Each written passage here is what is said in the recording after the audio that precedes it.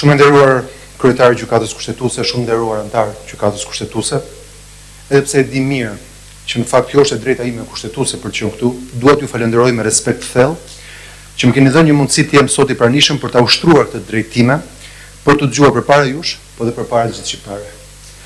Kam pritur 9 muaj për këto 9 minuta. Betejë ime për të dëgjuar për jush vjen pas një sagë të gjatë. Zhgënjyese për të thënë drejtën, për të dëgjuar çfarë pas kam bërë.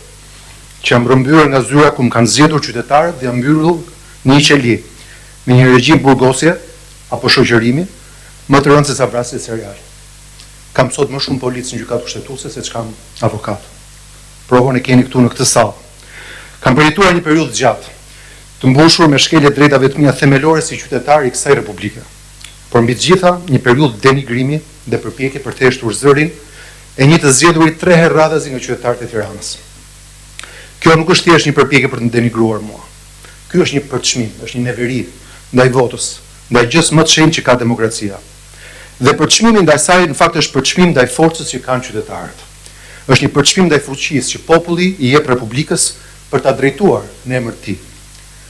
Siç thoshte Martin Luther King, harku i universit moral është i gjatë edhe raskapitës, po në finale edhe ky hark anon nga e drejta.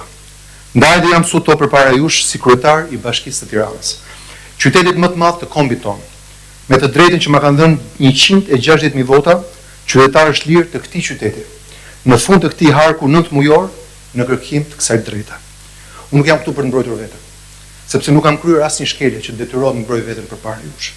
Por jam këtu me respekt, me gjithë respektin që meriton detyra juaj e lartë, për të kërkuar një gjë të vetme.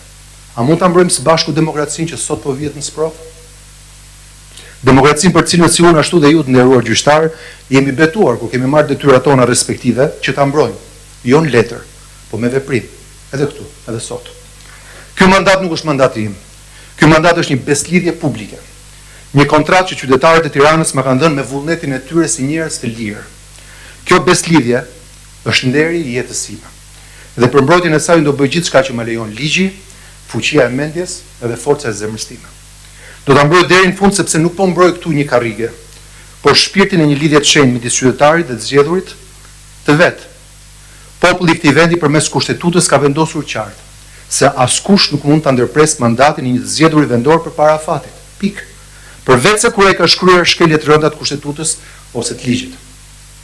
Ky nuk është një zbulim miri, kjo që sapo thash, por është një premtim solemn që Republika e bën ndaj vetes vet, një kufi moral dhe një kufi ligjor, që askush, as unë, as ju, askush nuk duhet ta shkel, ose nëse do ta shkel duhet rrëzojmë më përpara themelet e besimit publik mbi të cilat ngrihet vetë shteti.